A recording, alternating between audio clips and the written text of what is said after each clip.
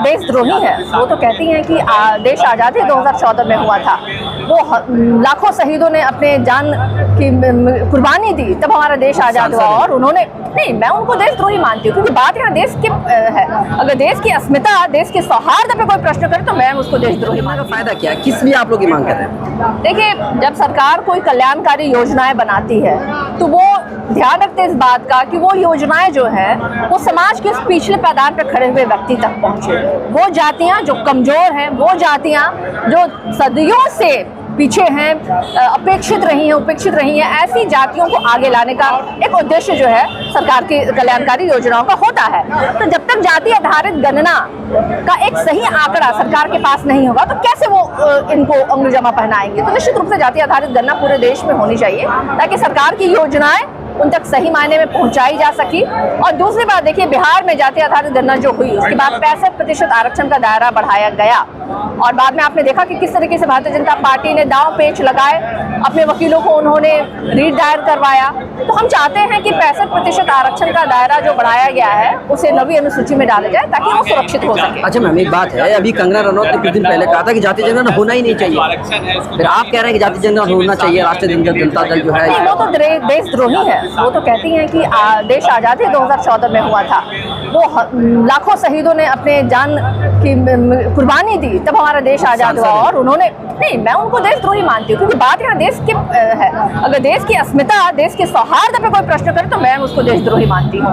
वो एक संवैधानिक पद पे है और इसके बावजूद इस तरह के अगर वो बयान देती हैं तो उनको तो निश्चित रूप से उनकी सदस्यता समाप्त करनी चाहिए और उन्हें रोकना चाहिए। अभी उन्होंने कई ऐसे बयान दिए जिसे मुझे लगता है अमर्यादित ही नहीं, उनकी घृणित सोच और कुंठित सोच को दर्शाता है। मैम, एक सवाल ये उठता है कि जातीय जनगणना जब होती है तो लोग जाति जाति करने लगते हैं। मतलब एक तरफ तो कहा जा रहा है कि जाति को मिटा देना चाहिए, फिर लोग कह रहे हैं कि जाति जनगणना होना चाहिए। तो लोग ये सवाल कर रहे हैं कि फिर किस तरह की मांग हुई? एक तरफ जाति को खत्म करने की बात हो रही है, फिर जातीय जनगणना की मांग हो रही है। तो प्रधानमंत्री जी क्यों हर सभा में जाते हैं तो कहते हैं मैं पिछड़ों का बेटा हूँ, तो भाई मैं ये हूँ, मैंने दलितों को जगह दी, मैंने मुसलमानों को जगह दिया। ये सब चीज़ नहीं बोलनी चाहिए ना।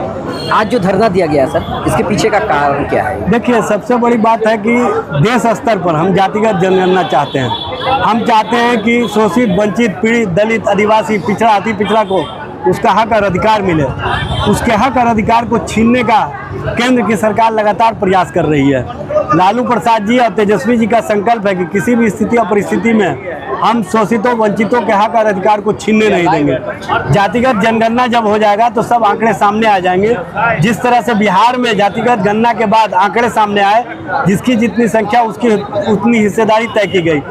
65% आरक्षण महागठबंधन सरकार ने तय किया और भारत सरकार के पास हमने प्रस्ताव भेजा कि इसको 9वीं अनुसूची में शामिल कर लिया जाए, लेकिन केंद्र सरकार साजिश करके कहीं ना कहीं इसको रोकने का काम किया और बाद में इसको देखे कि किस तरह से रोका गया और साजिश का शिकार बनाया गया। लेकिन हमारा संकल्प है कि किसी भी स्थिति और परिस्थिति में हम जातिगत जनगणना और आरक्षण व्यवस्था को 65% कराने में सफल रहेंगे, यही उम्मीद है। नेता प्रतिपक्ष तेजस्वी जी आज धरना में शामिल होंगे और यहाँ से जो संघर्ष करेंगे देश स्तर पर उसकी आवाज जाएगी। मैं एक बात पूछना चाहता हूँ, जैसे कि आपने कहा कि जाति जनगणना की बात होगी, जब जाति जनगणना होती है तो उसमें हिस्सेदारी की बात होती है। तो बिहार में जाति जनगणना हो गई तो विधानसभा चुनाव कुछ ही दिनों के बाद है, तो क्या आरजेडी की तरफ से? देखिए, इसमें विधानसभा चुनाव का मामला नहीं है, इसमें सबके हक और अधिकार का मामला है। शोषितों वंचितों को, भाई शोषितों वंचितों को हम हक दे रहे हैं, हम उसका जो संवैधानिक व्यवस्था है उसको आगे बढ़ाने का काम कर रहे हैं। इसको राजनीति का शिकार नहीं बनाया। राजनीति नहीं बना।